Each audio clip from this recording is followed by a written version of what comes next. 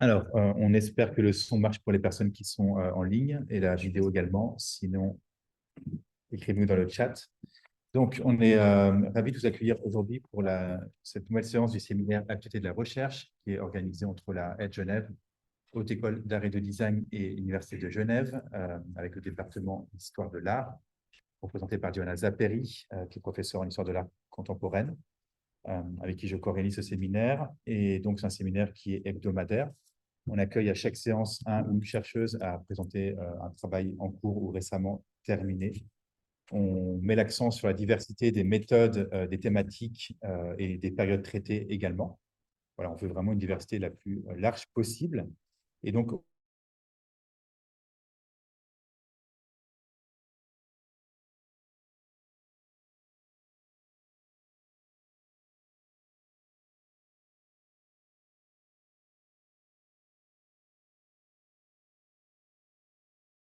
de Nîmes s'appelle, c'est pas le titre de la thèse.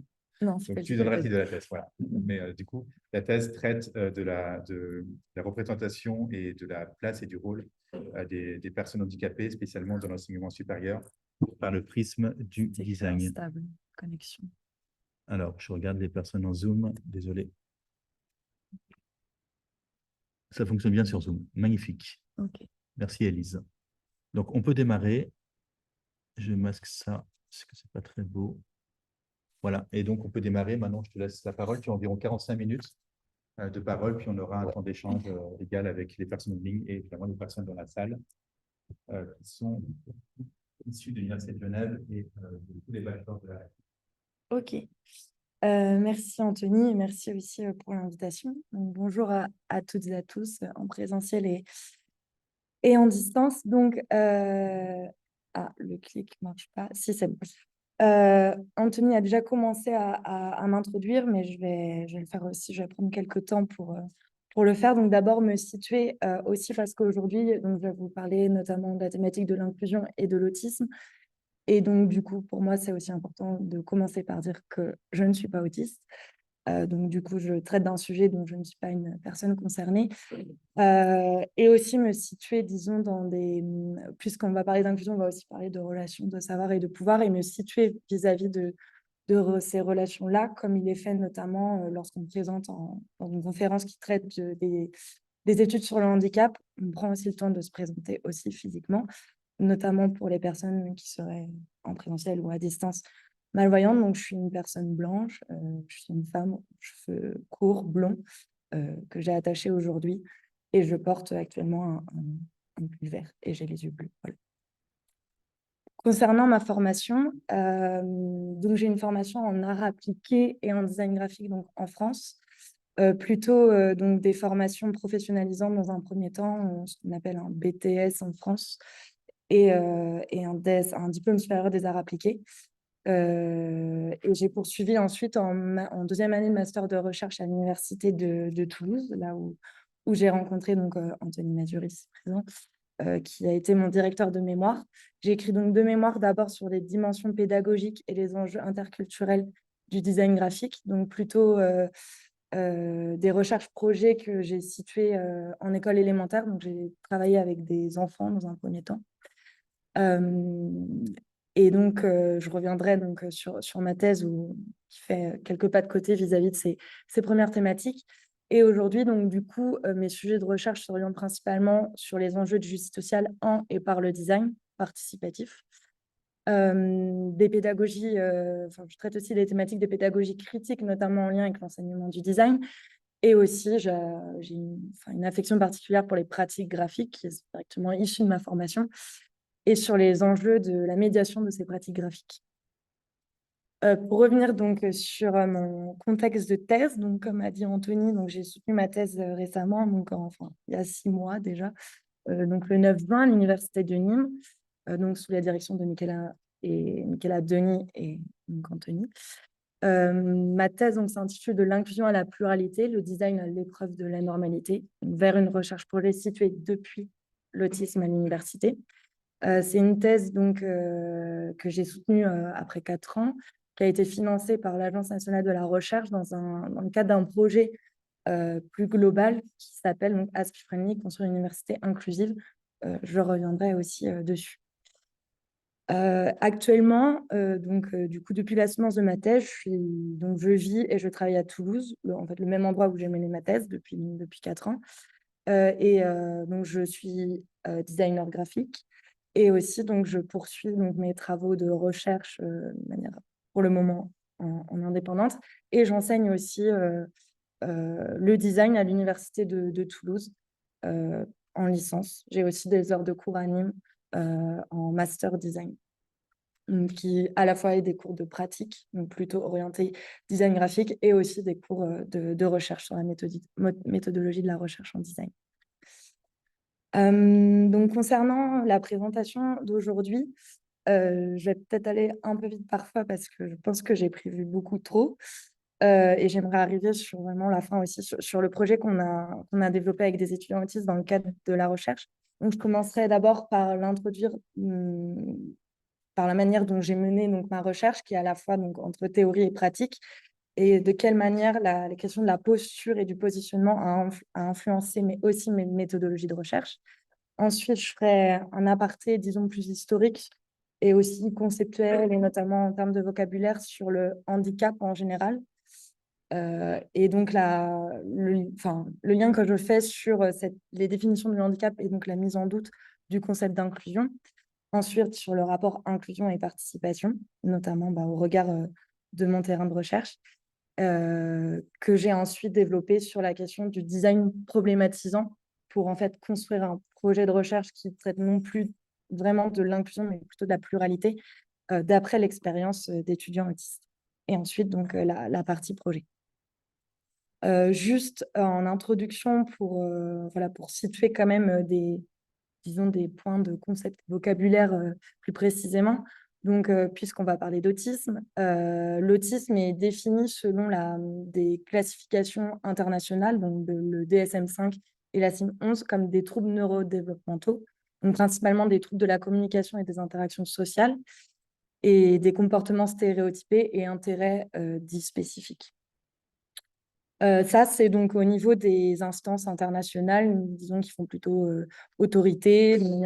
C'est sur ça que s'appuient notamment les experts de l'autisme professionnel et scientifique. Du côté donc, des personnes concernées, des personnes autistes elles-mêmes,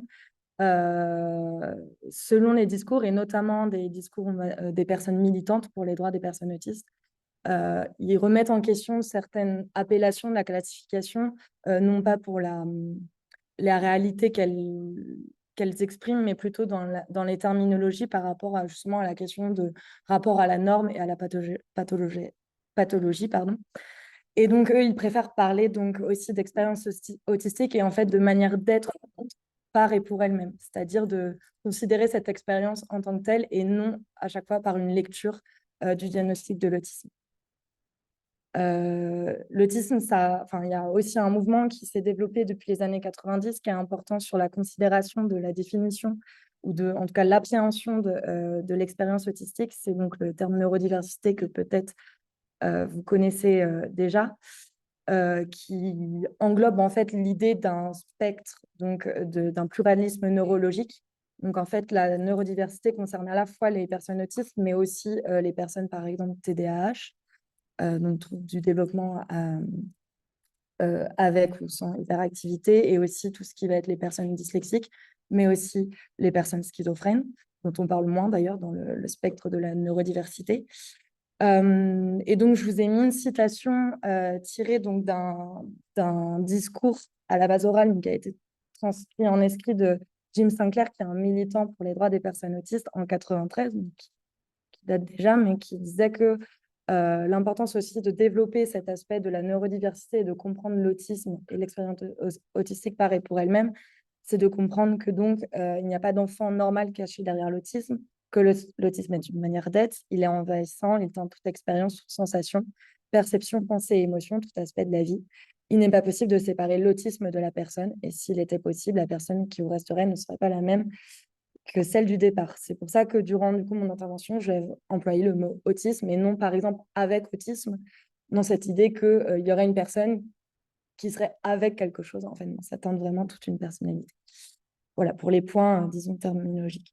Et oui, je vous ai mis aussi je vous partage la vidéo donc, disponible sur Internet de Amanda Bax, qui est une militante anti-validiste, je reviendrai sur le mot validisme, autiste, qui donc non oralisante, c'est-à-dire qui produit de la communication et du verbe, mais d'une autre manière que par l'oral, qui est le médium, on va dire, privilégié aussi dans nos sociétés occidentales.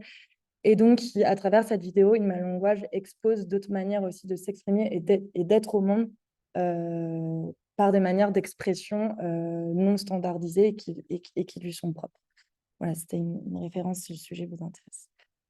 Donc, concernant, là, je fais une transition donc, sur la partie donc, concernant ma recherche qui a débuté il y a 4 ans.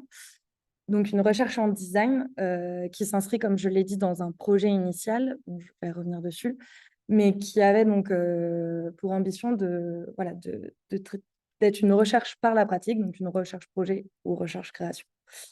Mais en tout cas, une recherche par la pratique, donc par la pratique de design, où à la fois, j'allais me positionner enfin, j'ai pris position en tant que doctorante en design dans la recherche, mais aussi mon expérience, ma formation en designer graphique est venue aussi influencer mon appréhension de ce terrain-là et par conséquent ma recherche. Ici, je vous ai mis un schéma de ce que j'avais imaginé en termes de méthodologie de recherche par rapport à des situations antérieures où j'avais mené des recherches comme ça en lien avec des terrains et des recherches projets. En réalité, la thèse est apparue beaucoup plus compliquée que ce que j'avais pu déjà appréhender dans d'autres contextes de recherche projet. En fait, j'avais cette sensation, plus je menais mes recherches, en tant que designer, en tout cas sur le terrain, de ne pas trouver une place et pour le design, pour la recherche en design, c'est autre chose, mais en tout cas pour la pratique de design, j'avais cette sensation aussi, et je vais y revenir sur pourquoi, que le design n'était pas, que avoir développé une recherche en design dans ce contexte-là n'était pas si évidente que ça. Ces problématiques-là viennent en partie donc, parce que je suis arrivée en fait sur un terrain de recherche qui était déjà, on va dire, encadré, structuré, donc, qui est le projet donc, Aspie Friendly, qui aujourd'hui s'appelle Aspie Friendly, puisqu'en fait, initialement, le projet s'orientait pour l'inclusion des étudiants autistes à l'université. Et aujourd'hui, il s'est élargi sur l'ensemble des troubles neurodéveloppementaux, donc personnes TDAH et 10. Et donc, à l'intérieur de ce projet-là, qui est en fait en lien, je vous passe tous les détails, mais qui est en lien avec les plans politiques et les plans gouvernementaux en lien avec l'autisme en France, ils avaient déjà un cadrage sur ce qu'était l'autisme, une définition qui se basait du coup sur les classifications internationales, sur ce qu'est l'autisme, sur la manière d'envisager les politiques d'inclusion vis-à-vis des personnes autistes. On est ici là dans un projet, par exemple, qui est orienté vers des personnes donc, autistes dites sans déficience intellectuelle. On imagine bien aussi qu'on parle d'étudiants autistes à l'université, sans nier leurs problématiques ou délégitimer leur expérience. On est aussi sur des personnes qui ont réussi à arriver jusqu'à l'université, donc qui ont une capacité d'adaptation qui va être sûrement plus développée que d'autres personnes autistes. Et donc, du coup, voilà, on avait en fait dans ce cadre-là déjà une conceptualisation de l'expérience autiste et donc, par conséquent, une manière d'appréhender les politiques d'inclusion à cet égard. Et donc, en fait, vis-à-vis de ce premier constat, il a fallu notamment que je me pose ces questions sans cesse de moi, ma posture vis-à-vis de ça, en fonction de les lectures aussi que je faisais dans la littérature scientifique sur l'expérience autiste, et donc les discours qui étaient portés par les porteurs du projet, les chefs du projet d'Aspie Friendly. Peut-être que je l'ai oublié de le préciser, mais on est bien sur un projet donc, qui développe à l'université des plans d'accompagnement, des dispositifs pour l'inclusion des étudiants et étudiantes autistes sur le territoire national métropolitain français. Et donc, cette question de posture soulève aussi donc une question de prendre position. Pourquoi? Puisqu'en fait, comme je vous l'ai dit, donc, il y a ce premier terrain de Aspie Friendly qui structure une grande partie de mon entrée sur le terrain de la recherche. Mais en fait, à l'intérieur, s'y développe aussi des interactions avec différents acteurs à l'université. Donc ici, je vous présente rapidement des des expérimentations graphiques, enfin des cartographies graphiques sur l'appréhension de mon terrain de recherche et notamment les frictions que j'ai rencontrées qui en fait se situaient principalement sur la manière d'aborder vraiment cette expérience autistique, soit d'un point de vue plutôt surplombant, donc par le projet Aspifreni, ou alors par les personnes concernées elles-mêmes que petit à petit, quand j'ai commencé ma thèse, j'étais amenée à rencontrer, donc des étudiants et étudiantes autistes. Et un autre point aussi sur cette prise de position, au-delà de cette appréhension de l'expérience autistique, c'était en fait la question de l'inclusion aussi. Tout le monde semblait s'accorder dans les acteurs en général du projet sur la question de l'inclusion. En effet, il faut inclure, etc. Comme si ça allait de soi. Mais en fait, jamais il y a eu de définition posée sur qu'est-ce qu'on entend vraiment derrière l'inclusion. Pourquoi l'inclusion d'étudiants autistes aujourd'hui dans ce contexte géographique et historique en France? Pourquoi, par exemple, cibler initialement sur l'autisme ou pas sur des personnes... maintenant, ils ont ouvert, mais en fait, pourquoi pas d'abord commencer par les personnes autistes? Et donc, du coup, comme je disais, cette situation dans laquelle je me suis retrouvée sur l'importance de prendre position se mettait vraiment en écho sur l'appréhension de l'écosystème du projet Aspifreni, sur le choix aussi d'une recherche en design lancée dès le lancement. C'est-à-dire que, par exemple, quand j'ai rencontré les étudiants, les premières expressions, enfin les premières problématiques qu'ils me soulignaient étaient plutôt de l'ordre, par exemple, des enjeux sociaux ou de la nécessité d'avoir des personnes comme repères à l'université pour elles et eux sur des questions d'ordre psychologique ou social. Et donc, l'évidence d'un projet de recherche en design, plutôt par les étudiants autistes, n'apparaissait pas comme évidente initialement.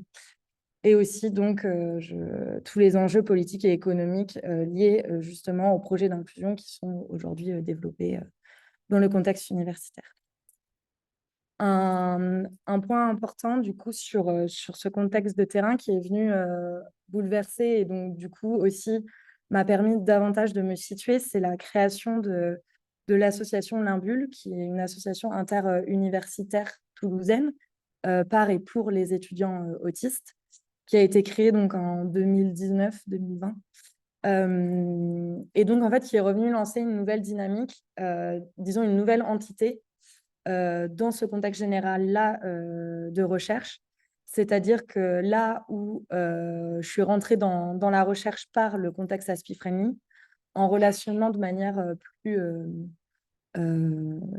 quotidienne avec les étudiants de la bulle, d'autres enjeux sont venus souligner, et notamment cette question d'interaction entre les attentes du projet Aspifreni et leur envie sur l'inclusion, et les attentes même des étudiants vis-à-vis de leur propre inclusion à l'université. Et en fait, dans cette rencontre-ci, on a vu des frictions se former, donc toujours en rapport avec cette définition sur l'autisme, c'est-à-dire qu'Aspifreni était très, très attaché à la lecture de l'autisme par le diagnostic, tandis que les étudiants avaient cette envie aussi de venir nuancer certains propos, notamment par des questions d'identité qui vont venir s'entrecroiser, c'est-à-dire que pour la plupart, oui, ils sont autistes, mais pas que. Et qu'est-ce que ça dit du coup sur les enjeux d'inclusion? Et donc, c'est plutôt donc, dans ces frictions que dans un premier temps, pour ma recherche, je me suis intéressée à cette notion de développement de projet sur la participation des étudiants autistes et comment cette participation des étudiants autistes est considérée par le projet Aspifreni et par eux-mêmes, par les étudiants eux-mêmes.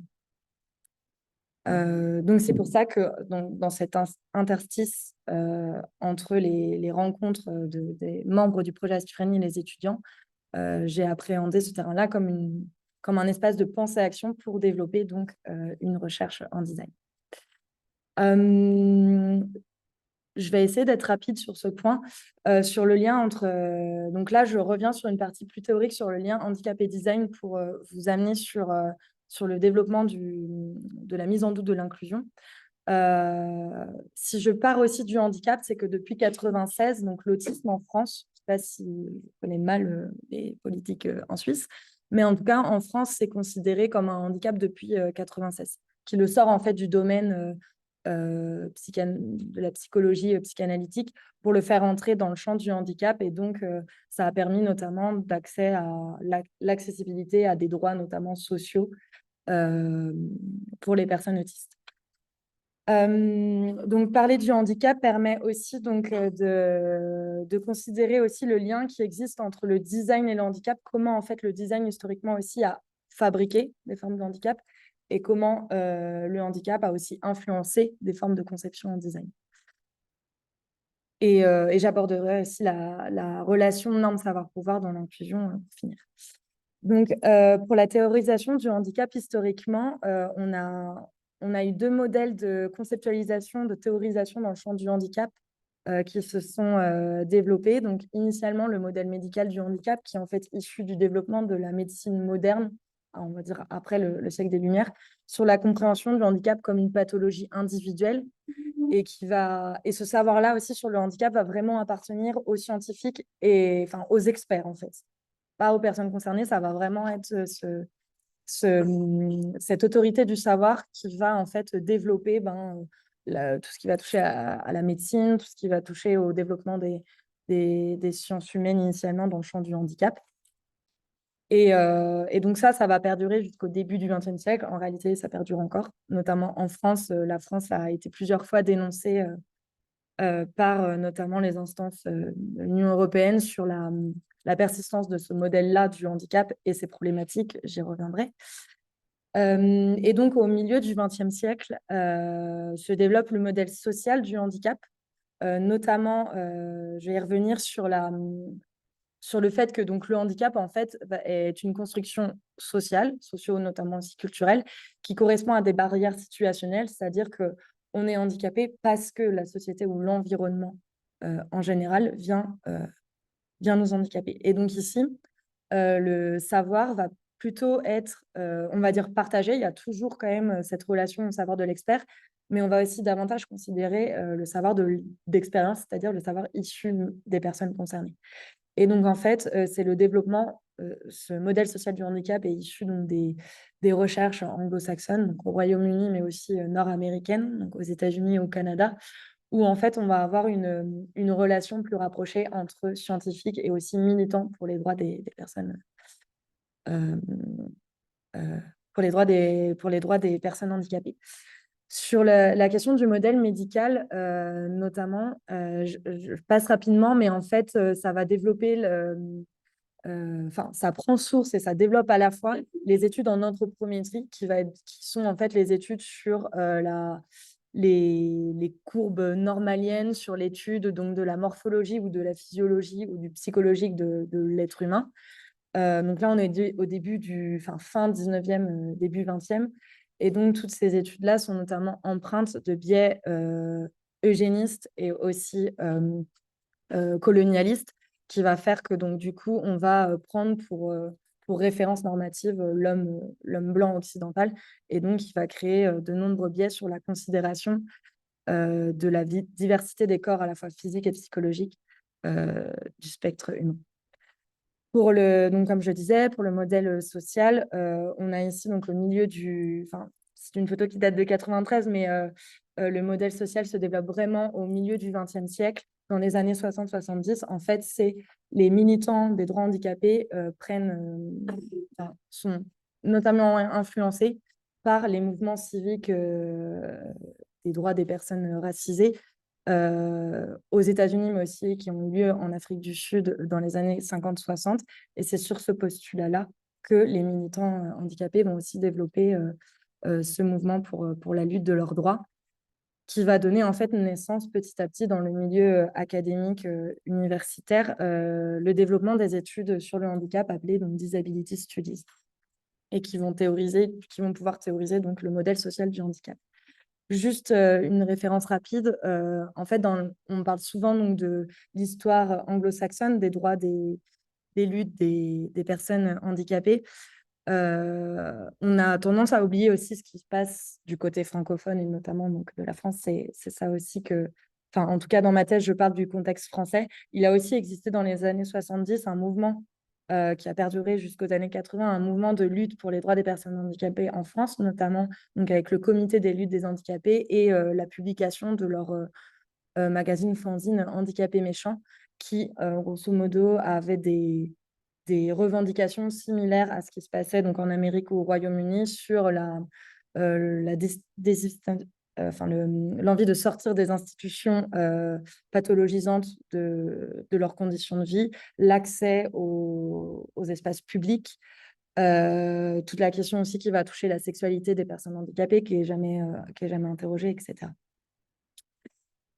Donc voilà, donc en fait, ici, ce qui se passe, c'est que le modèle médical du handicap concernant le design va plutôt développer déjà des approches en termes de conception dans l'histoire du design qui vont plutôt être du l'ordre de la réparation. On va vouloir, par le design, ramener les personnes à la norme donc, de l'homme valide. Et du côté du modèle social du handicap, ici, on va plutôt développer dans les années, à la fin du XXe siècle, des approches plutôt sociales et environnementales. Donc, c'est notamment à cette période que va être développé le courant de l'universal design ou de l'inclusive design dans la question, justement, sur cette question de l'inclusion par le design. Donc, on a le premier modèle qui va plutôt être pour le handicap. On produit, on fabrique pour les personnes handicapées sans forcément les inclure dans le processus méthodologique de conception, alors que le modèle social du handicap, en tout cas vis-à-vis du design, va davantage se focaliser sur le pour, mais aussi le avec. On va développer des méthodologies de conception qui vont en fait intégrer dans leur processus les personnes concernées. Je vous ai mis ici une référence sur un bouquin, donc un ouvrage, donc Building Access, écrit par Amy Hamrek, qui est directeuse donc, du Critical Design Lab, qui fait partie aussi du collectif Futures. Donc dans son ouvrage, elle explique cette historique-là, en fait, du développement du lien entre la construction du handicap par le design et l'influence du handicap sur la conception en design. Elle pointe notamment l'importance de la considération des conditions matérielles de production comme principe structurant le savoir-pouvoir sur le handicap. Et donc, je vous ai mis ici une citation issue du livre qui dit que donc, cette attention est nécessaire afin d'expliciter les conséquences d'interrelation et le rôle qu'a tenu et que tient encore le design, donc à la fois objet et pratique, dans ces enchevêtrements comme des rhétoriques matérielles qui relaient des attributions culturelles, du savoir et du pouvoir. Je passe parce que je vois le temps défiler, mais donc ici, je vous ai mis rapidement des références sur, par exemple, les études anthropométriques vont vachement influencer le développement du design industriel sur le rapport notamment ergonomique aux activités humaines. On va étudier, et l'architecture aussi, on va étudier toutes ces normes architecturales et les usages qu'on fait du mobilier quotidien. Par rapport à ces normes anthropométriques.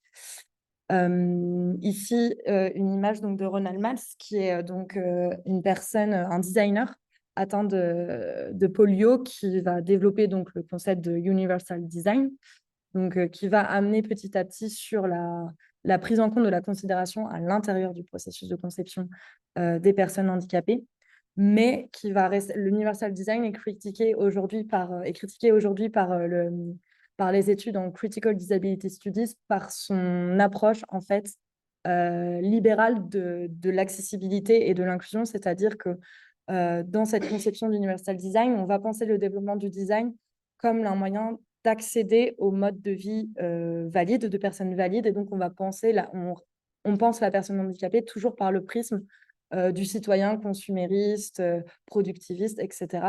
Et donc, ça ramène en quelque sorte aussi la personne en situation de handicap à cette norme valide, à atteindre ce mode de vie validiste. Je passe, sinon je n'aurai pas le temps. Donc, sur la question de l'inclusion, toutes ces relations entre handicap et design m'a amené dans la thèse à m'interroger sur qu'est-ce que ça dit des politiques d'inclusion, du développement de projets pour l'inclusion, si au final, on est toujours pris dans ce prisme-là de, en fait, on porte un projet sur l'inclusion pour ramener ces personnes à la norme. C'est des questions qui ont été qui sont posées par des chercheurs et militants handicapés, davantage dans la littérature anglophone, encore une fois. Ici, je vous ai mis deux références importantes. Donc, le livre de James Charlton, donc Nothing About Us Without Us, qui est un slogan en fait du Disability Rights Movement, qui parle enfin là, je pense que c'est assez clair dans le titre, mais qui parle de cette idée que rien sans nous, rien pour nous sans nous. Donc vraiment, à la fois enfin, c'est vraiment l'idée que toutes les recherches du handicap doivent être menées aussi par des personnes concernées, puisque ça va en fait venir annuler une forme de prisme validisme des recherches.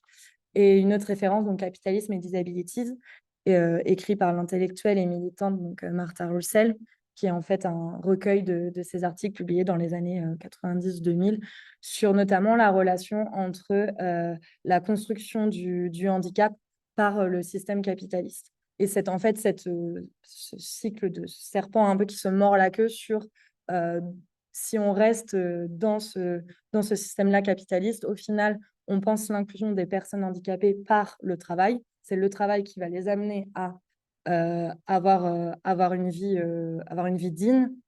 Mais donc, du coup, en même temps, ce qui est critiqué par les militants et les chercheurs en Critical Disability Studies, c'est que c'est ce système même qui crée les conditions aussi du handicap sur cette idée donc, du corps capable, du corps productiviste, etc. Une autre référence importante, en tout cas qui a été importante pour ma recherche, donc l'ouvrage Design Justice de Sacha Conceição-Choc, qui parle de manière générale sur tous les enjeux de justice sociale par et en design. Et notamment, il y a donc tout un chapitre sur aussi donc ces influences-là sur les études sur le handicap et sur l'épistémologie du design. Notamment sur la question aussi, donc ça c'est aussi une approche qui est beaucoup vue dans les projets développés pour les personnes en situation de handicap, cette idée d'entrer en empathie avec les personnes donc, concernées, où on va développer en fait des projets de sensibilisation au handicap pour en fait mettre la personne valide à la place de la personne handicapée. Et donc ici j'ai tiré une citation du chercheur Will Conner que cite Conceição-Choc, qui dit donc, que la personne handicapée ne dispose pas des compétences alternatives développées par les personnes handicapées et surestime donc la perte de fonction que présente le handicap et est en outre susceptible de penser à des solutions normatives pour les personnes valides plutôt qu'à des solutions plus adaptées à l'expérience de vie d'une personne handicapée. Ici, c'est l'idée qu'en fait, on va encore cette idée de ramener à la norme, on va considérer l'expérience de vie des personnes handicapées comme diminuée. Et donc, du coup, par des prismes validistes, on va vouloir l'augmenter, la réparer, encore une fois, sans en fait prendre en compte que l'expérience des personnes handicapées est une expérience en tant que telle et doit être considérée par et pour elle-même. Dans le champ de l'autisme, donc ces projets-là se mettent à la place d'eux. C'est aussi des choses développées, notamment on voit aujourd'hui beaucoup se développer des expériences de réalité virtuelle où il y a par exemple des casques de réalité virtuelle qui vont vous mettre dans un environnement sonore très contraignant, très bruyant pour vous donner cette sensation, pour vous rendre compte, essayer de vous rendre compte de ce que c'est par exemple la surcharge émotionnelle pour les personnes autistes, ou encore des projets en design développés sur autour des sens pour amener aussi cette expérience-là de se mettre à la place de personnes autistes. Et donc, encore une fois, les militants, beaucoup de militants en handicap, critiquent ces approches-là. Alors, certes, si ça permet une sensibilisation et de parler du sujet en question, elles critiquent le fait que le handicap va être utilisé comme, va être instrumentalisé comme une expérience ludique et innovante pour, en fait, créer des projets. Et qu'au final, on vient un peu parler des luttes concrètes des personnes en question. Sur ce point-là, sur la question de l'inclusion et comment l'aborder, à l'intérieur de la thèse, de ma thèse, à l'intérieur du manuscrit, j'ai développé donc des parties qui sont en fait des concepts, disons, plus philosophiques sur le pouvoir, la norme et l'inclusion que j'ai abordé d'une manière graphique. Et donc, j'ai développé ce qu'on appelle des interstices graphiques où, en fait, je viens questionner cette question de l'inclusion parce que je me suis moi-même beaucoup questionnée sur, dans ces cas-là, puisque l'inclusion pointe aussi ses limites sur cette idée de l'inclusion, elle se lie au regard aussi de l'exclusion. Euh, parler d'inclusion, enfin, parler d'inclusion, il y a forcément, du coup, son versant qui va être, donc, du coup, l'exclusion. Sinon, enfin, comment dire, l'expérience de l'inclusion se vit justement à travers ce miroir-là et il y a cette forme de frontière qui se crée. Et donc, j'ai essayé de développer une réflexion en m'appuyant notamment aussi sur des lectures donc, de Norman et Foucault sur la question de la norme, de l'inclusion comme aussi pouvoir administratif, pouvoir gouvernemental, et sur cette question aussi de comment en fait dépasser cette frontière inclusive, comment penser cette frontière autrement que comme quelque chose qui est dedans et comment en fait penser cet espace impensé de l'extérieur, la matérialité de cet espace extérieur.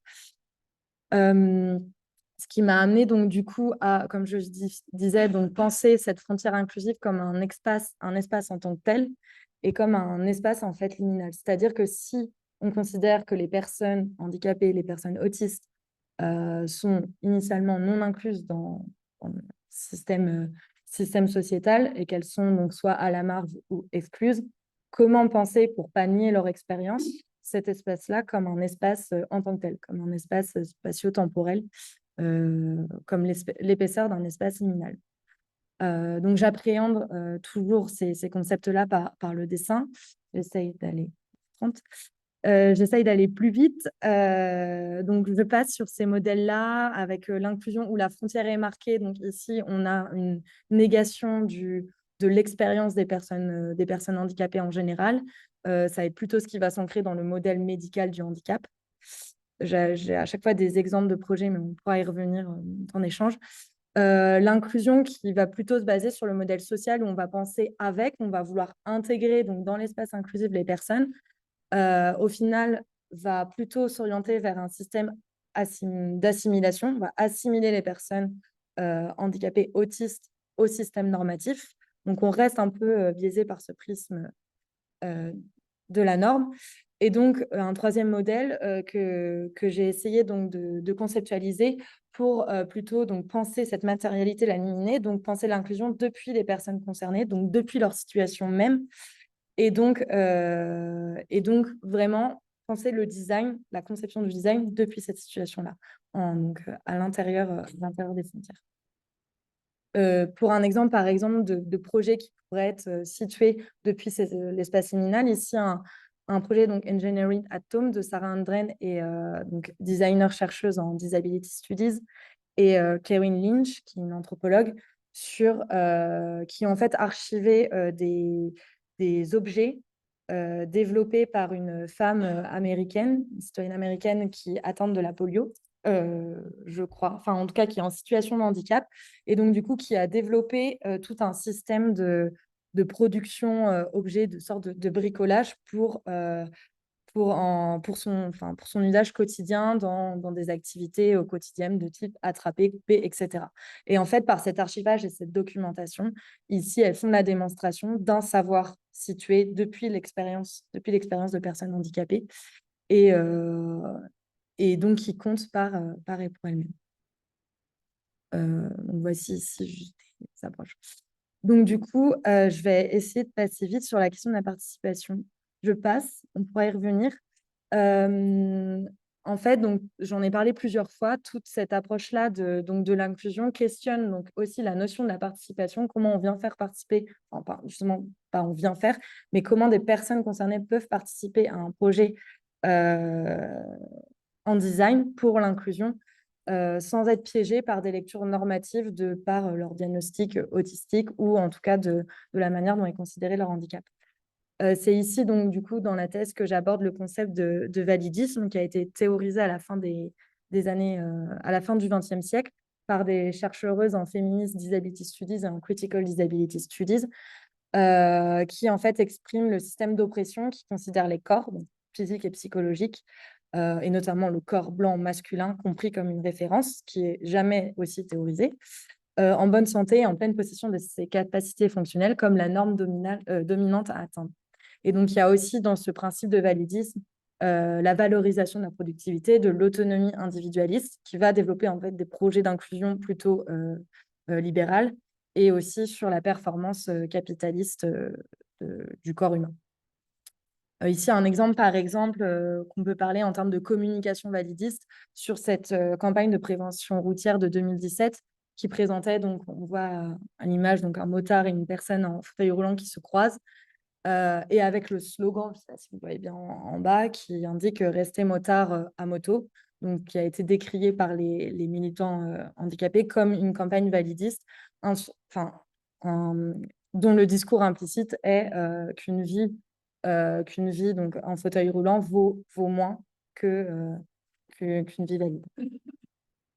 Je passe, on pourrait y revenir dans les échanges aussi, mais il y a aussi une des théories importantes dans le champ des études sur le handicap qui sont donc les queer theories, qui ont été donc développées notamment à partir des études sur le genre et des queer studies aux États-Unis, qui interrogent donc la naturalisation des normes et qui appréhendent vraiment le handicap par une approche culturaliste. Donc je passe pour finir sur le projet, sinon j'aurai jamais le temps.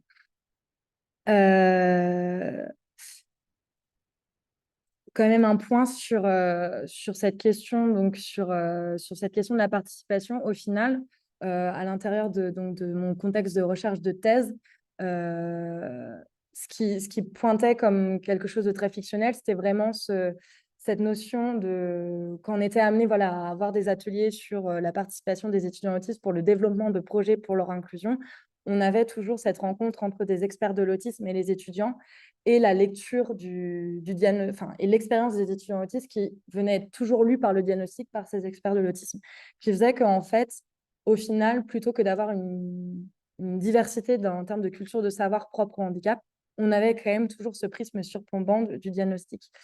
Et donc, l'idée étant ici que par le design, avec les étudiants, on a pensé le développement d'un projet qui venait en fait justement mettre en visibilité et lisibilité ces frictions existantes entre ces cultures de savoir propres à l'autisme et ce que ces frictions en fait amenaient en termes de contraintes pour l'inclusion des personnes autistes.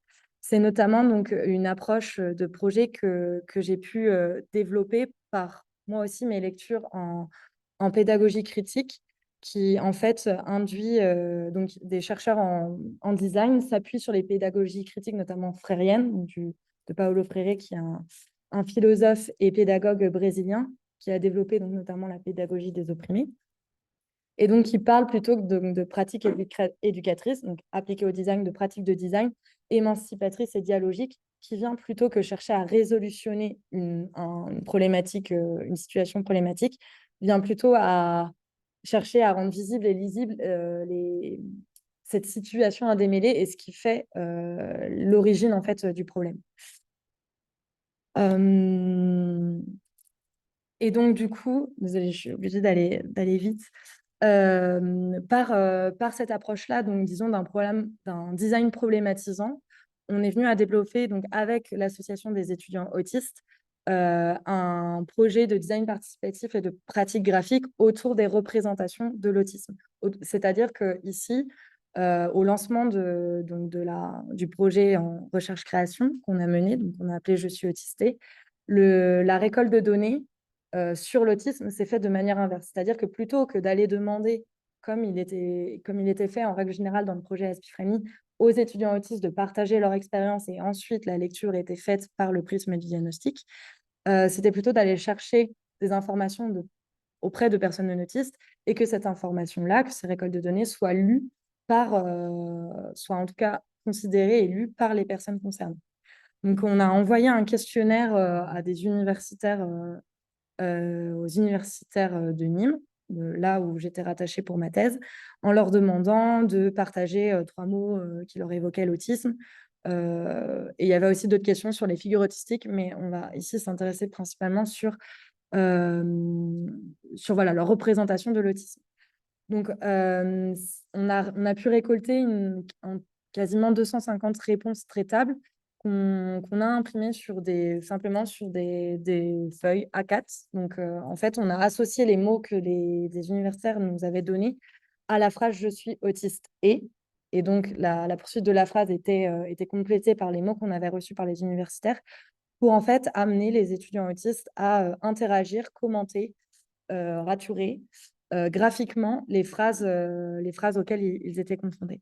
Donc ça a été des rencontres qu'on a fait en 2021 et qui a donné lieu en fait à un archivage de production graphique où les étudiants donc, venaient réinterroger des représentations soit très stéréotypées, soit des discours plus nuancés, qu'on a donc du coup qu'on a archivé et que moi, en tout cas, en tant que designer graphique, j'ai tenté d'homogénéiser à travers une charte graphique pour penser potentiellement la publication et la médiation de ces supports. Donc, à la suite, donc, ces ateliers-là, ces rencontres, à la suite de ces rencontres-là, une étudiante donc, qui a participé, qui était vice-présidente de l'association La Bulle à l'époque, qui est donc Charlotte de Warumez-Minot, qui est donc autiste, qui est doctorante en histoire de l'art, a été intéressée par la démarche et donc on a poursuivi toutes les deux. Donc, on est toutes les deux aujourd'hui porteuses du projet sur l'idée de médiatiser, de partager ces productions-là et en fait d'en faire une base initiale pour développer une recherche-création autour de cette idée de représentation de l'autisme. Donc, en fait, on a demandé, dans l'idée de diffuser plus largement ces affiches, les étudiants donc, de la Bulle on a fait une sélection de 10 phrases plus emblématiques qui ont fait réagir davantage les étudiants sur les représentations de l'autisme. Les étudiants ont produit collectivement en fait, des textes propres à, par exemple, « Je suis autiste et je n'ai pas d'empathie », pourquoi pour eux c'était problématique, ou « Je suis autiste et j'ai peur de l'autre ». Ils ont produit ces textes qui étaient donc disponibles sur le site de la Bulle et qui donc ont donné suite à une campagne d'affichage sur les sites universitaires à Toulouse, qui en fait était une sorte de port d'entrée, donc la campagne d'affichage en reprenant les productions graphiques produites lors des ateliers, qui en fait, via une technique standard du QR code, qui était en fait une porte d'ouverture pour amener donc les universitaires à aller développer donc cette réflexion-là sur l'autisme sur donc, le site de la Bulle avec la lecture donc, des textes. Ça a été une première campagne d'affichage, donc, comme je disais, sur les sites universitaires toulousains. Et donc, suite à cette campagne, donc là, l'idée, on n'avait pas d'interaction directe avec les personnes. Bon, il s'avère que ça n'a pas vraiment marché, l'utilisation du QR code. On n'a pas eu... la courbe des visites sur le site de l'association n'a pas vraiment décollé.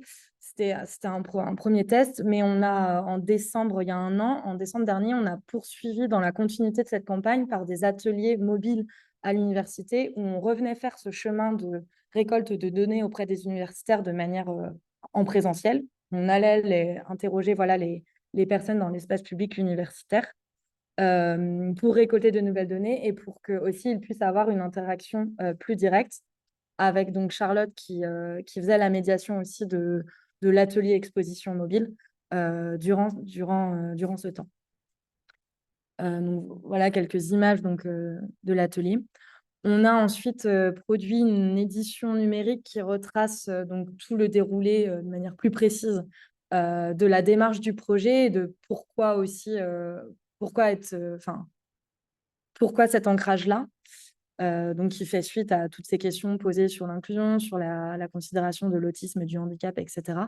On y a introduit notamment les questions des figures de l'autisme qui ont aussi été interrogées sur l'importance notamment de la médiation de personnages fictifs ou personnes à notoriété, personnes médiatiques dans l'espace des médias qui sont concernés ou supposés concernés par l'autisme.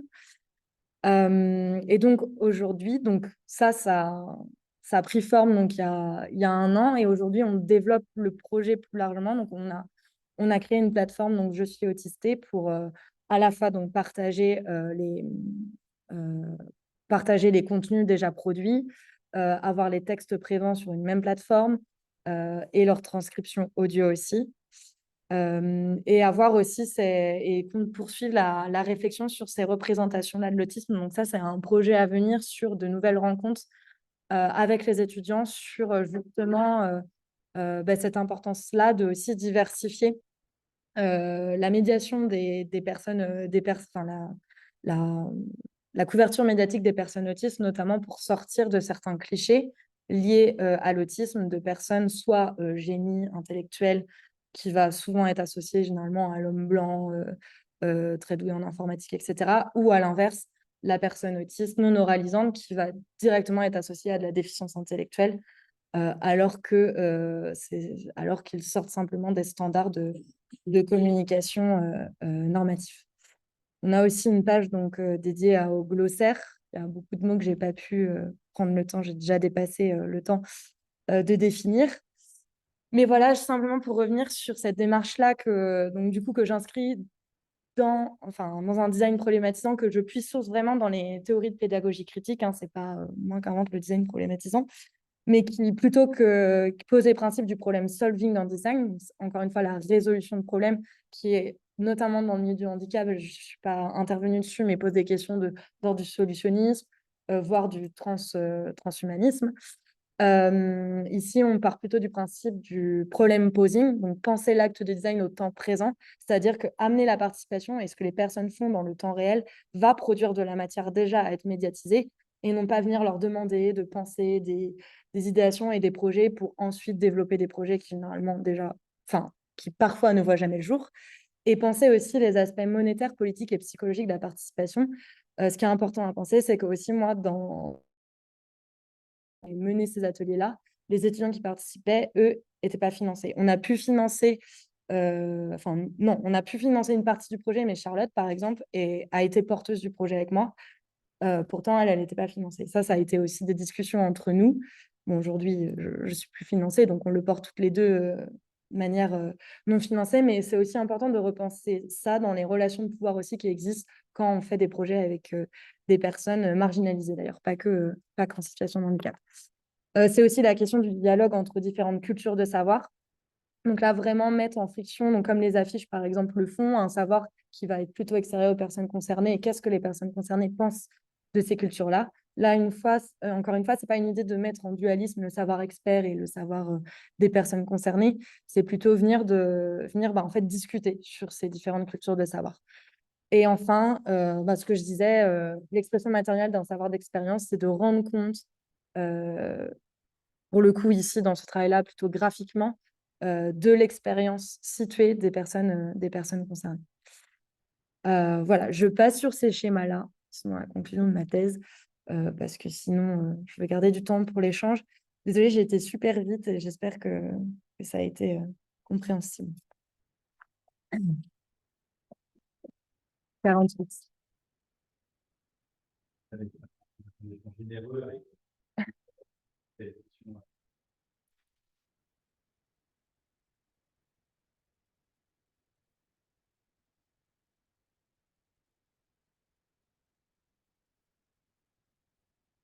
Ok. Est-ce que je dois répéter peut-être la question pour que les gens à distance entendent? Ok. Donc la question, c'est pourquoi le choix de l'autisme initialement au départ de la recherche et pas... Ok. Ok. Alors en fait, c'est simplement, parce que en fait, ma thèse s'inscrit en fait dans un projet donc ASPI Friendly. Donc je ne sais pas si vous étiez arrivé au son. Voilà. Donc en fait, ma thèse s'inscrit dans le projet, un projet national en France qui s'appelle ASPI Friendly, Construire une université inclusive, qui ont eux émis le choix au lancement du projet, donc en 2018, de développer une recherche en design. Puisque en fait, envers l'accompagnement et l'inclusion des étudiants autistes à l'université, puisqu'en fait, le porteur du projet à l'époque avait rencontré notamment, c'est un projet qui est donc financé principalement par des financements publics, par l'Agence nationale de la recherche, donc des financements de recherche sur projet, mais il y a aussi des partenaires privés qui sont en lien avec le projet, donc notamment l'entreprise Microsoft. Et donc, à la rencontre avec l'entreprise Microsoft, Microsoft France a présenté aux porteurs du projet le développement de leur politique d'inclusion, donc par l'inclusive design qui développe dans l'entreprise. Et donc, c'est pour ça que le projet a demandé une recherche de thèse en design. Donc, en fait, ça s'est imposé à moi, pense que moi, je n'y serais pas allée de moi-même sur la thématique du handicap et de l'autisme parce que, pareil, donc, je le disais au début de ma présentation, j'étais plus sur des questions d'interculturalité par le design. Mais ça a été une opportunité qui s'est présentée. Et ce qui m'intéressait aussi, surtout dans l'autisme, c'était pas tant l'aspect justement pathologique. Enfin, j'étais au début très mal à l'aise et en plus, j'avais plus l'habitude de travailler avec des enfants initialement qu'avec des jeunes adultes ou des personnes plus proches de mon âge. Donc, ça a été aussi un challenge sur l'envie aussi de développer une recherche qui ne vient pas pathologiser le handicap, mais vraiment qui s'appuie sur plutôt une approche culturelle du handicap et comment relier ça au final à des enjeux d'interculturalité. Chose qui, du coup, est que je fais davantage sur la deuxième partie de ma thèse quand je le mets en lien avec des problématiques de pédagogie critique qui, en fait, traitent de manière générale sur la question des personnes marginalisées par les sociétés.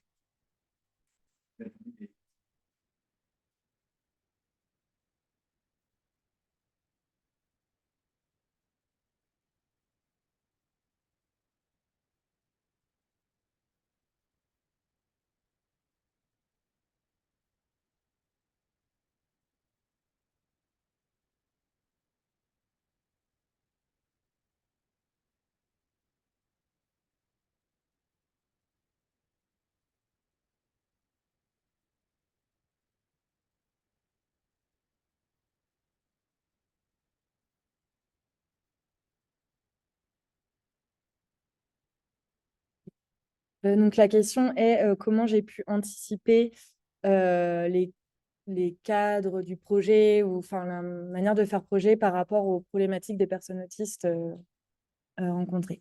Alors, au début, il n'y avait pas vraiment d'anticipation. J'ai oublié de le préciser, mais en fait, bah, après, je pense que ça s'est compris, mais j'étais ni familière à l'autisme, ni familière au handicap, et autant d'un point de vue professionnel ou dans la recherche que personnellement.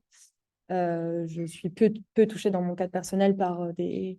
Enfin, maintenant, oui, plus parce que je connais plus de personnes autistes, mais en tout cas, initialement, j'étais peu touchée par cette thématique-là dans mon cadre personnel. Donc, du coup, en fait, au début, je, je pense que ce qui a aussi... En fait, j'ai anticipé d'une manière, disons, très intellectuelle, parce qu'en fait, j'ai eu des formations par le projet Aspifreni sur ce que c'est l'autisme, donc, comme je disais au début, qui était très basé sur la lecture du diagnostic autistique. Et je pense qu'en fait, cette suranticipation des problématiques que peuvent rencontrer les personnes autistes a fait aussi que je pense que moi, je me suis auto-censurée dans certaines approches du projet, là où, par exemple, j'avais plutôt l'habitude d'appréhender le projet de manière plus expérimentale et voir ce que ça donne. Et ici, j'avais l'impression qu'il fallait que mes moindres faits et gestes dans des propositions, de rencontres, d'ateliers devaient être calculés. Donc, juste, je pense que ça m'a paralysée. D'ailleurs, le projet dans ma thèse, c'est un peu le schéma que je présentais au début et arrivé en fait très tardivement, chose que je pensais développer beaucoup plus vite. Parce qu'en fait, j'avais cette sensation, donc dans ma suranticipation, d'environnement très aseptisé des personnes autistes. C'est-à-dire qu'il fallait qu'en effet, si on se rencontre, ma parole soit contrôlée, que je n'utilise pas d'implicite, parce qu'il y a cette idée que les personnes autistes, tout ce qui va être dialogue explicite, ils vont avoir des difficultés dans la compréhension, etc.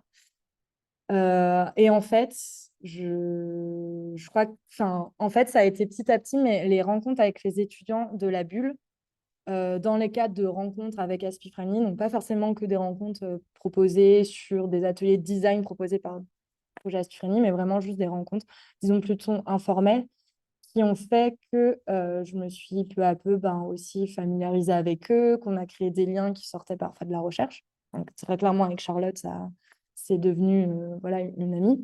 Et donc, en fait, je crois que le cap a été passé au moment où j'ai dit, bon, je ne vais pas anticiper. Enfin, dans la limite, oui, bien sûr, par exemple, dans la proposition de rencontre, je faisais attention à toujours indiquer un horaire, le lieu. On m'a appris à vraiment... Enfin, c'est des choses, ça peut paraître bête parfois, mais vraiment envoyer la géolocalisation, pourquoi pas le trajet depuis une sortie de métro de manière visuelle. À chaque fois donner son numéro de téléphone pour dire en cas de problème, je suis dispo, vous pouvez m'écrire, etc. Donc, c'était plutôt de l'anticipation de l'ordre de gestes du quotidien que parfois on n'anticipe pas, on ne fait plus attention. Et en fait, après les rencontres, par exemple, dans le cadre des premiers ateliers pour Je suis autisté, comme on se connaissait déjà depuis 1 an, il n'y a pas eu d'anticipation sur plus, on va dire, plus intellectuel ou théorisé sur le cadre de l'atelier. Au contraire, je voulais qu'on garde une forme de dialogue plutôt informel que plutôt cadrer les choses, parce que ce que j'ai pas dit aussi voilà, dans ma présentation, c'est que j'ai fait toute une étude de terrain dans le cadre d'un hackathon qui a été proposé par le projet Aspifrani sur proposer 3 jours de développement de projet sur l'inclusion des étudiants autistes à l'université. Et pour le coup, là, le développement de cet événement-là avait été pensé en amont, anticipé sur, bah voilà, il faut que le jour J, il y ait une salle de repos. Donc ça, si, c'est bien. Il faut toujours une salle aussi. Enfin, c'est bien d'avoir une salle où, en cas de surcharge émotionnelle, les personnes puissent aller souffler, se reposer. Mais par exemple, j'avais aussi l'idée de timer le temps de manière très séquencée, donc faire 1 heure de ça et la pause de 15 minutes.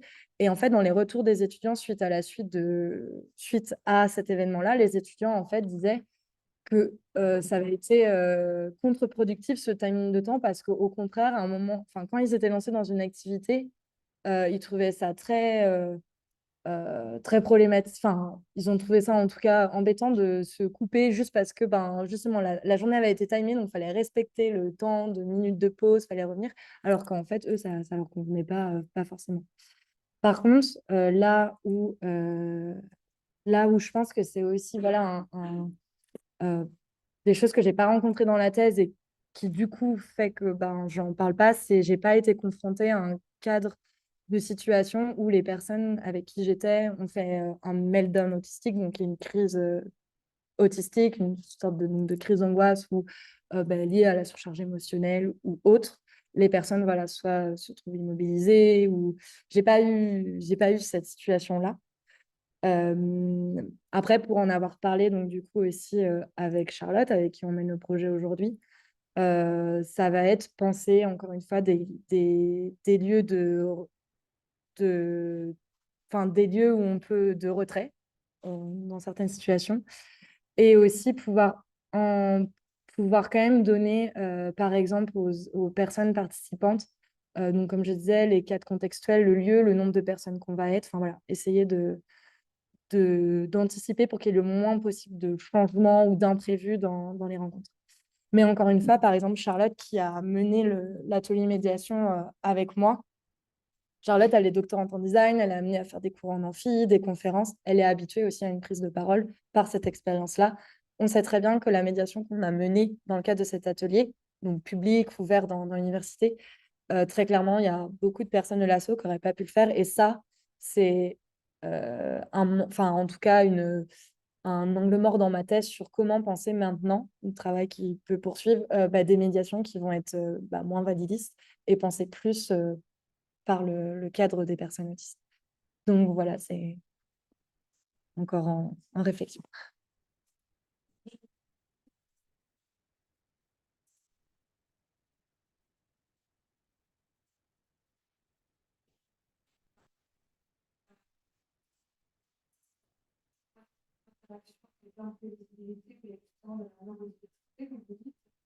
Mais toutefois, il me semble que dans la production de beaucoup de choses numériques et graphiques, il faut un minimum de standardisation et donc de modèles, de modèles aussi qui peuvent faire un peu.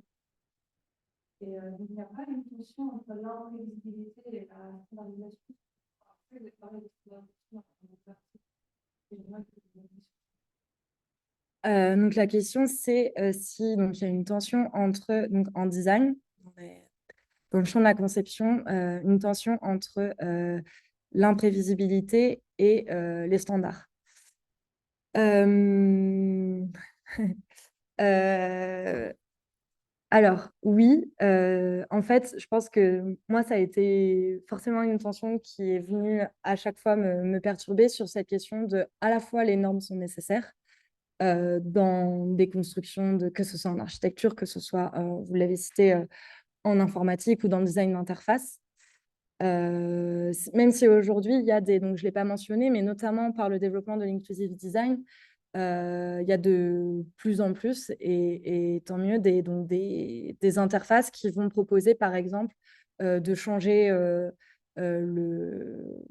de changer la police de caractère, de changer la taille des polices d'écriture, de changer l'interface en général, que ce soit l'inversement des couleurs, des contrastes, etc. Donc ça fait partie aussi des variables d'accessibilité qu'on a dans le design d'interface.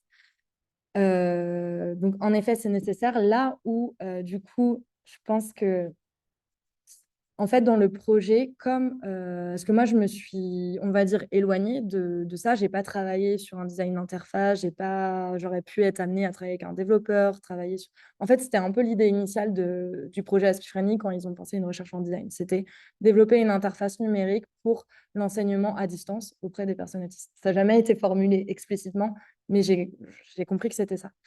Sauf que je me suis vraiment au fur et à mesure de mon étude de terrain, je me suis appuyée en fait sur les retours des étudiants autistes. Déjà, très peu formulaient l'envie d'avoir des cours tout distanciels. Au contraire, il y a eu le Covid en fait aussi en 2020 et pour beaucoup, donc du coup, les cours sont passés à distanciel et il y a plusieurs étudiants qui ont dit que le fait de ne pas voir l'enseignant en face à face, de continuer à entendre les personnes qui coupaient pas leur micro sur Zoom ou sur Discord, etc., c'était encore pire en fait que l'environnement sensoriel en amphi. Et donc, du coup, il n'y a pas eu cette nécessité-là. Donc, je pense que déjà, moi, je l'étudie, enfin, j'étudie ce développement du design interface par l'inclusive design au sein de la thèse, plutôt dans la partie état de l'art. Par contre, pour la pratique, en effet, j'ai privilégié, alors je ne sais pas si c'est moi qui l'ai dit le mot imprévu ou je ne sais pas comment vous l'interprétez, mais plutôt parce que aussi, je pense que je suis designer graphique et que ça m'a forcément influencé dans la manière d'envisager ma pratique de projet. C'était vraiment de se concentrer sur ce discours-là des personnes autistes qui semblait vraiment rendu soit lissé, soit synthétisé par, encore une fois, la lecture du diagnostic autistique par des experts, par des porteurs de projets, etc. Et comment, en fait, par les outils du design graphique, on peut lancer aussi un mouvement enfin, pas un mouvement, mais on peut lancer une recherche-création pour rendre compte de ces expériences-là.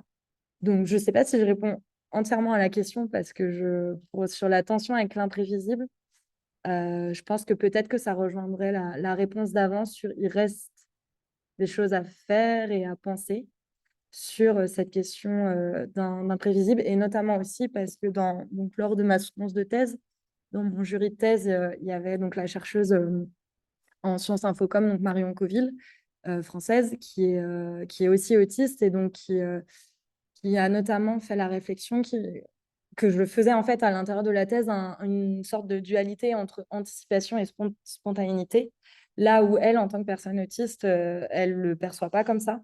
L'idée que les personnes autistes n'aimeraient pas la spontanéité, qu'il faudrait...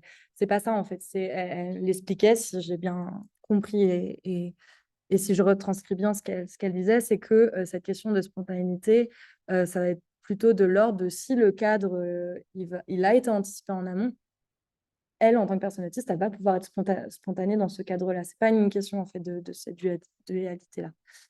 Du coup, voilà. Je ne sais pas si je réponds entièrement à la question. Je ne sais pas si...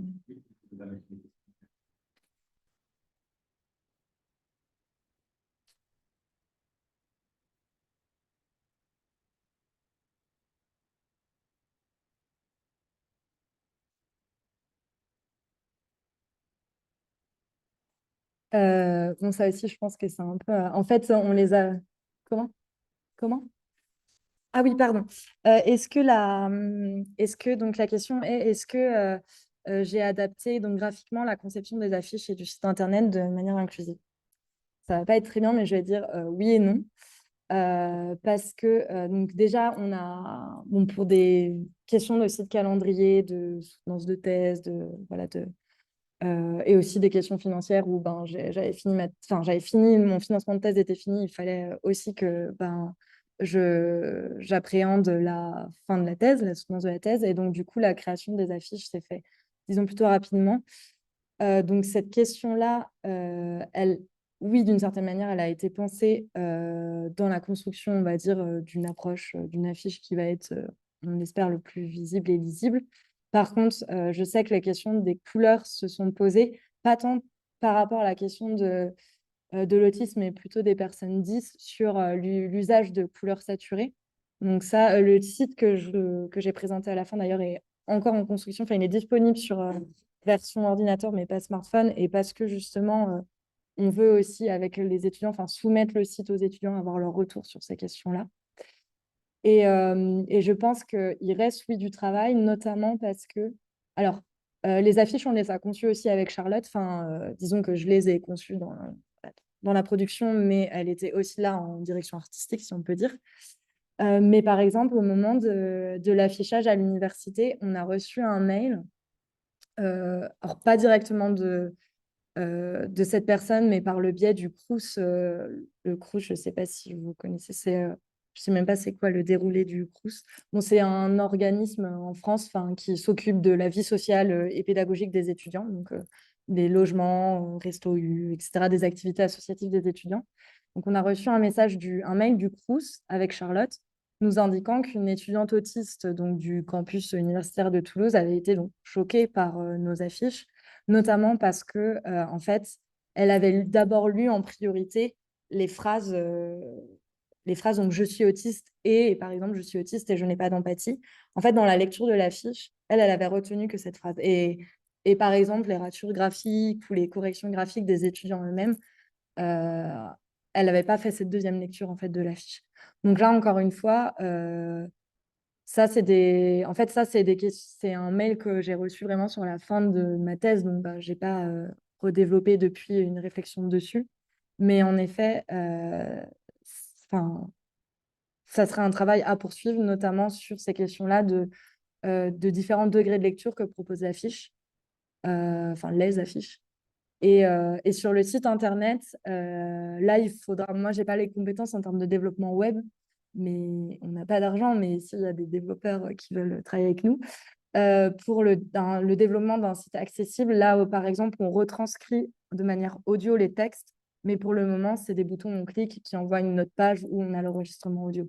On n'a pas encore adapté pour que le site soit, qu'il y ait directement le dispositif de lecture audio intégré directement dans Codus.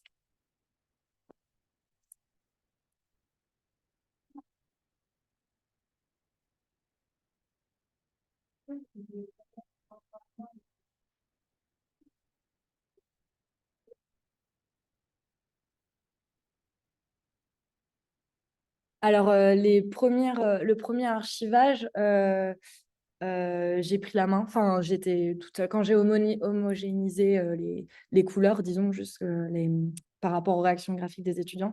Et après, les affiches ont été faites avec Charlotte. Enfin, comme je disais, en direction artistique. Mais encore une fois, là où, en fait, c'est aussi compliqué. Par exemple, il y a je sais pas si c'est vraiment une légende, mais cette idée que les personnes autistes préféreraient par exemple la couleur bleue et qu'il faudrait mettre du bleu dès qu'on fait un projet pour les personnes autistes.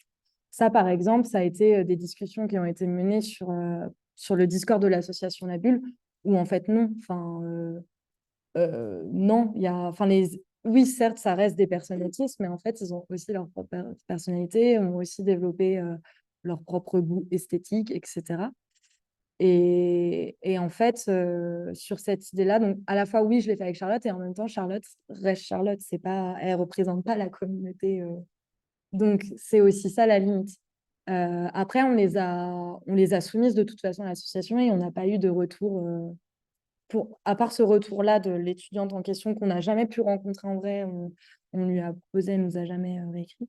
Mais sinon, les autres étudiants et étudiantes, ils n'ont pas indiqué de problématiques spécifiques pour le design graphique des affiches. Et aussi, juste un dernier point sur ça, je pense que c'est pas une étude que je mène à l'intérieur de ma thèse, mais c'est des questions que je me suis posées et que ça m'intéresserait de poursuivre. C'est aussi sur l'iconographie qui va être liée aux environnements de recherche ou associatifs de l'autisme, où on va avoir vraiment une iconographie, donc en termes d'usage des codes graphiques très spécifiques. Quand on va être sur de la recherche, qui va plutôt se situer justement sur l'usage la considération des classifications, de voilà, quelque chose qui va être plus de l'ordre du scientifique, académique. On va être sur des utilisations, sur des sites internet, sur des campagnes d'affichage, du bleu, voilà, des codes très on va dire, ouais, je ne sais pas encore comment les qualifier, mais en tout cas, il y a vraiment une prédominance du bleu, d'iconographie aussi, de l'usage de l'image du cerveau. Et du côté plutôt donc, des militants autistes, par exemple, donc plutôt là, on a quand même une grande culture militante aussi sur les réseaux sociaux, notamment Instagram, mais pas que. On voit se développer des pratiques de personnes autistes elles-mêmes qui, là, vont être graphiquement diversifiées, enfin plus diversifiées, en tout cas moins homogénéisées que les campagnes de communication par des institutions liées à l'autisme. Et du coup, je trouve que j'ai pas dit, enfin là, j'ai pas fait de slide pour justifier, enfin, pour expliciter ces propos-là, mais en tout cas, c'est très visuellement, enfin, le contraste est très visible et lisible quand voilà, on a ces deux, deux archivages iconographiques liés au point de l'autisme. Donc, voilà. Je ne sais pas si s'il y a des questions en ligne ou si je peux les voir. Je ne sais pas où. Je me débrouille. Ok.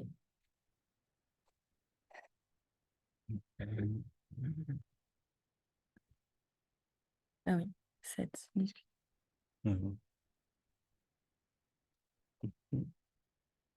Je te laisse les dérouler. Ok. Tu peux les regarder. Alors, merci. Mince. Ah, c'est dans le sens inverse. Merci, non. Ok. Alors, il y a une question. Donc, je suis moi-même en train de réaliser un travail de recherche sur un sujet similaire et je me demandais donc comment s'était passée la phase de lien entre personnes dans la norme vis-à-vis des personnes autistes. Donc, une question de Alice. Comment? Oui. Euh, oui, je pense. Bon, si Alice, vous voulez préciser votre question ou si je n'ai pas répondu. Et ensuite, non, c'est une question pour mettre le lien du site en ligne euh, que je mettrai du coup à la fin, mais je ne sais pas s'il y a d'autres questions. Oui. Non, si, les QR codes fonctionnaient, c'était pour envoyer sur le site des... Alors la question, c'est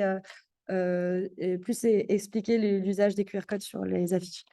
Donc les QR codes qu'on a émis sur les affiches, c'était simple, enfin c'était pour en fait renvoyer donc les universitaires sur en fait une page dédiée au projet sur le site de l'association La Bulle.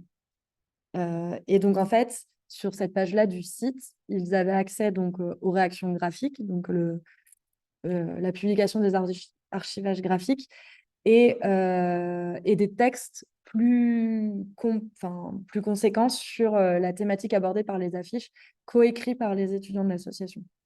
Donc, c'était en fait le QR code, c'était vraiment le passage, c'est le moyen qu'on a trouvé technique pour amener sur du contenu. Et quand je disais que ça n'a pas trop fonctionné, c'est que on a pu voir les courbes de statistiques de visite du site de avant la campagne d'affichage, après. Et bon, c'était léger et pas énorme. Après, il faut savoir aussi que donc c'était sur l'université Jean Jaurès de Toulouse, qui est une université qui a un historique militant très important. Et donc, généralement, quand on colle une affiche, 2 jours après, il y a autre chose de recoller dessus. Donc, ça, on le savait. Donc, c'est pour ça aussi que, et notamment sous conseil aussi de Marion Coville, de peut-être repenser donc, des campagnes d'affichage davantage dans des espaces d'exposition où on est voilà, plus symboliquement défini plutôt que, disons, de l'affichage euh, dans l'espace public où ben, on a le risque justement que les affiches. Et après, je ne sais même pas si aussi, enfin là, on a pris, bon, ça a été le premier geste, c'est les affiches. Je ne sais pas s'il y a sûrement d'autres stratégies plus pertinentes à développer aussi sur ces questions. Notamment, on n'a pas encore le compte Instagram, mais on voudrait aussi développer l'usage des réseaux sociaux. Oui.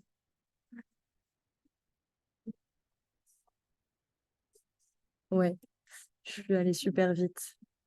Ouais, ouais, je suis allée super vite sur ça.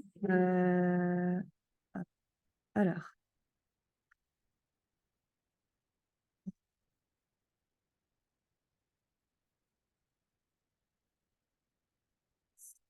mince, je les ai passés, oui.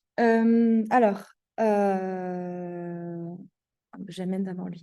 Donc, en fait, ça, c'est dans un de mes chapitres de thèse où j'aborde plutôt des concepts philosophiques, comme j'expliquais, à partir de Canguilhem, de Foucault, de Goffman, et aussi donc, le concept de liminalité, qui en fait est un concept développé initialement en anthropologie et ethnologie, qui a été repris par un anthropologue en situation de handicap suite à un accident qui s'appelle donc Murphy, qui en fait a théorisé, en fait la liminalité, pardon, l'espace liminal a été théorisé comme un espace de seuil entre une situation déterminée à une autre situation déterminée. Initialement, par exemple, ça peut être la situation de fiançailles où on n'est plus célibataire, mais on n'est pas encore marié, on va être fiancé. Voilà. Enfin, ça a été des théorisations comme ça.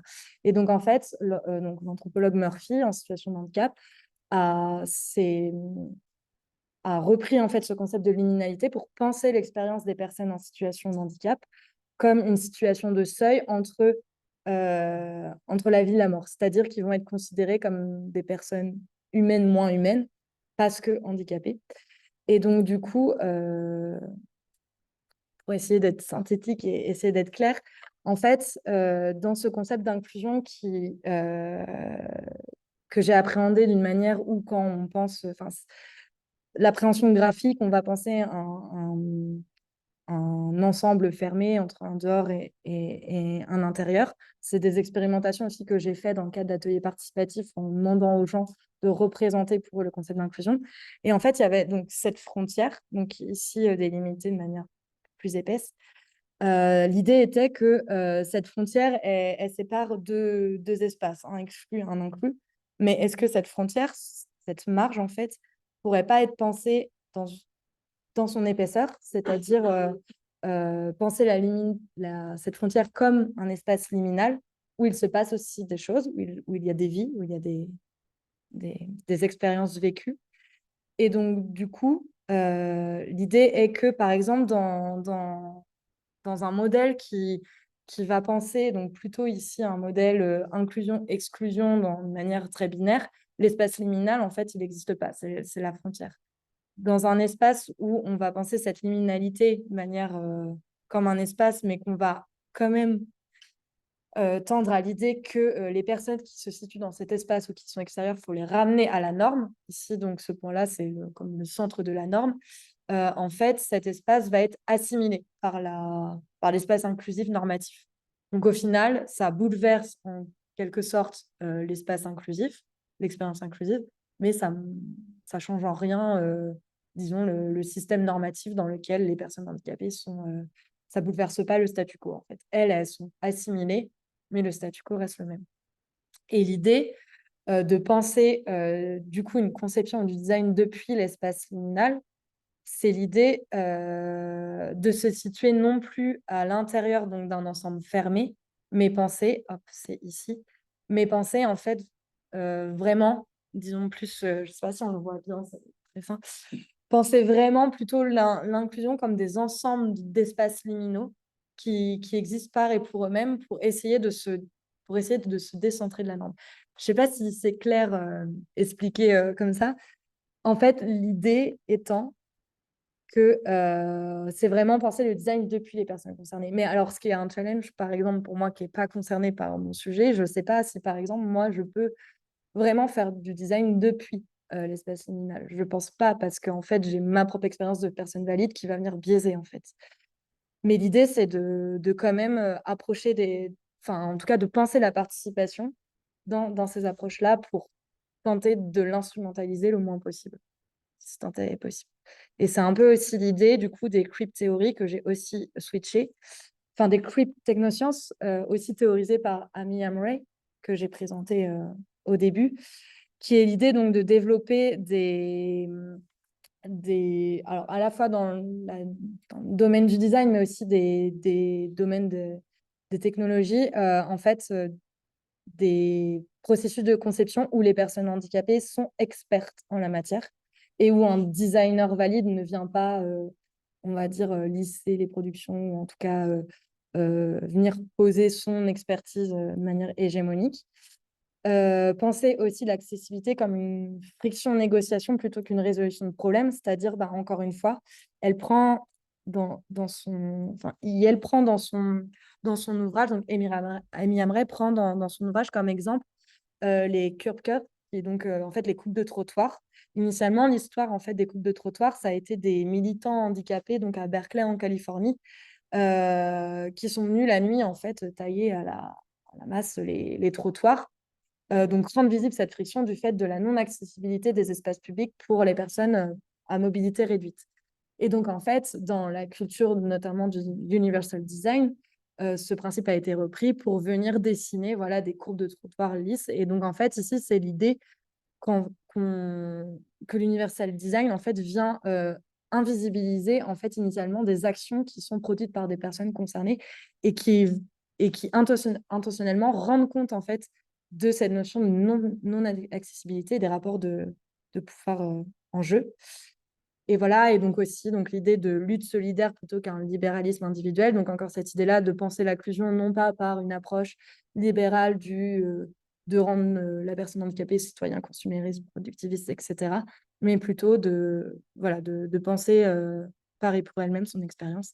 Et ensuite, je ne l'ai pas du tout abordé ce concept-là, mais par une approche intersectionnelle qui est issue l'intersectionnalité, qui est un concept issu des Black Feminist Studies, qui n'est pas issu initialement du champ du handicap, c'est important de le repréciser, mais que les militants chercheurs en Critical et Feminist Disability Studies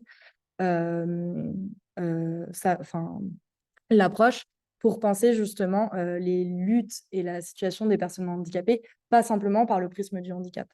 Notamment que être un homme handicapé va être une expérience aussi différente qu'être une femme handicapée, être une personne racisée handicapée, etc. Enfin, ces approches-là. Il y a un principe aussi défendu dans le mouvement des disability justice. Voilà.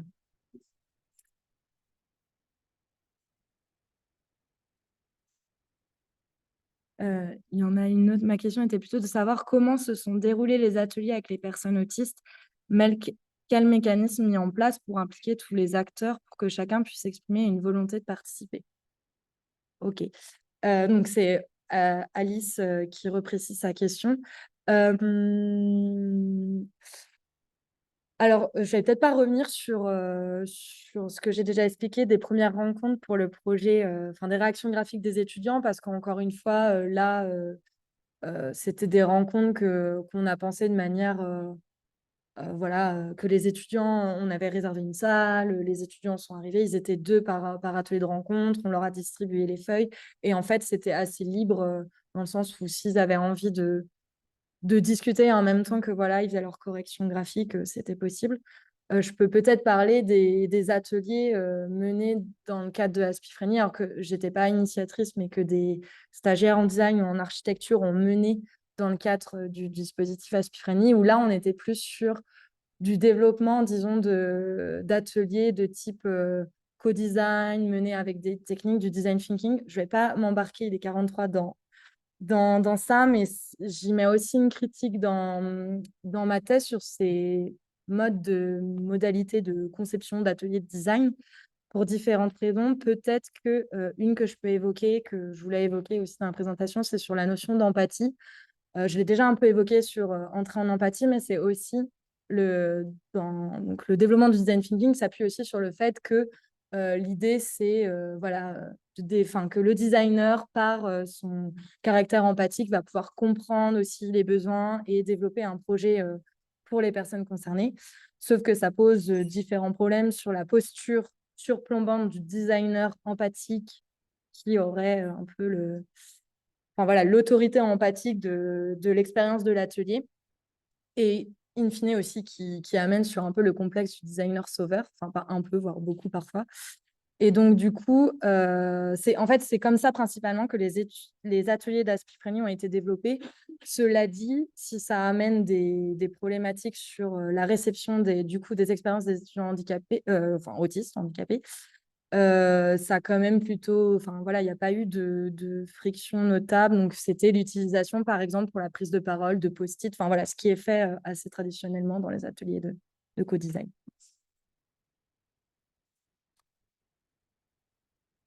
Merci. Jamais, c'est mon...